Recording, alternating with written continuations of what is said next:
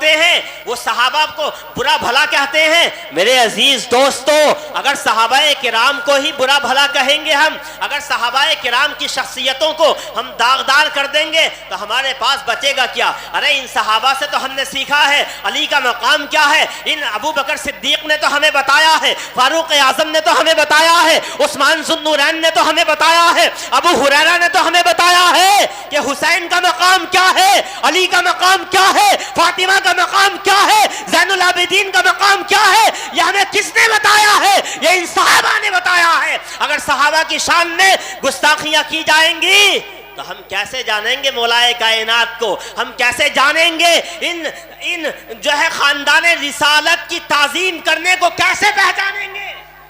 سبحان اللہ. اور یہ صرف زبان کی حد تک نہیں ہے. ابو بکر یہ زبان سے کہہ رہے ہیں, ابو بکر نے پریکٹیکل کے طور پہ بھی بتایا ہے, یہ عمل کر کے بھی دکھایا ہے. کیسے عمل کر کے دکھایا ہے؟ یہ بھی بخاری شریف کی حدیث ہے جو میں آپ کے سامنے سنا رہا ہوں. اللہ اکبر. ایک مرتبہ حضرت علی رضی اللہ تعالیٰ عنہ مولائے کائنات بھی ساتھ ہیں, حضرت ابو بکر صدیق رضی اللہ تعالیٰ عنہ بھی ہیں, نماز عصر پڑھ کر کے مسجد سے باہر نکل رہے ہیں. اچانک کیا دیکھتے ہیں؟ سامنے اللہ اکبر وہ نواسا سامنے نظر آ رہا ہے جو آگے چل کے شہید اعظم بننے والا ہے. وہ نواسا سامنے نظر آ رہا ہے جس کی پیشانی کو نبی کریم صلی اللہ تعالی علیہ وسلم چوما کرتے تھے, اور صرف چوما نہیں کرتے تھے بلکہ حسین کو تو میرے نبی چوسا بھی کرتے تھے. حدیث پاک میں ہے کہ آقا کریم حضرت ابو ہریرہ کی حدیث ہے کہ امام حسین کو ایسے چوستے تھے جیسے کوئی آدمی کھجور کو چوسا کرتا ہے. سبحان اللہ. سبحان اللہ. مسجد سے نکل رہے ہیں, میں بیان کر رہا تھا مسجد سے نکل رہے ہیں, اچانک حضرت صدیق اکبر رضی اللہ تعالیٰ عنہ کی نظر پڑ گئی. تیزی سے آگے بڑھے اور جذبات میں آ کر فرتے محبت میں, فرتے شفقت میں امام حسین, بچے ہیں نا ابھی, بچپن کا عالم ہے, اٹھا لیا اور اٹھا کر کے اپنے کاندھے پر اور گردن پر بٹھا لیا. سبحان اللہ. بٹھا لیا اٹھا کر کے. اب میں بتاؤں میرے بھائی, ذرا سوچو, جس نواسے کو دیکھتے ہی ابو بکر نے اپنے کاندھے پہ بٹھا لیا, یہ کس لیے بٹھایا؟ یہ محبت کی وجہ سے تو بٹھایا, یہ ان کی تعظیم کی وجہ سے تو بٹھایا, اور قیامت تک کے لوگوں کو یہ تعلیم دی, اے لوگوں یہ نواسا کوئی ایسا ویسا نواسا نہیں ہے. ارے سنو, میں 12 لاکھ مربع میل پر حکومت کرنے والا ابو بکر اس نواسے کو جب اپنے کاندھوں پر اٹھا رہا ہوں تو اس کے مرتبے کا اندازہ پوری دنیا لگا لے. سبحان اللہ. سبحان اللہ. اپنے کاندھوں پر بٹھا لیا. میں آپ کو ایک بات اور بتاؤں یہیں پر, حضرت ابو بکر صدیق رضی اللہ تعالیٰ عنہ کے 3 بیٹے, سیرت کی کتابوں میں 3 بیٹوں کا ذکر بہت زیادہ آیا ہے. میں نے کہیں بھی کسی بھی کتاب میں آج تک یہ نہیں پڑھا کہ حضرت ابو بکر نے اپنی کسی بیٹے کو اپنے کاندھوں پر سوار کیا ہو.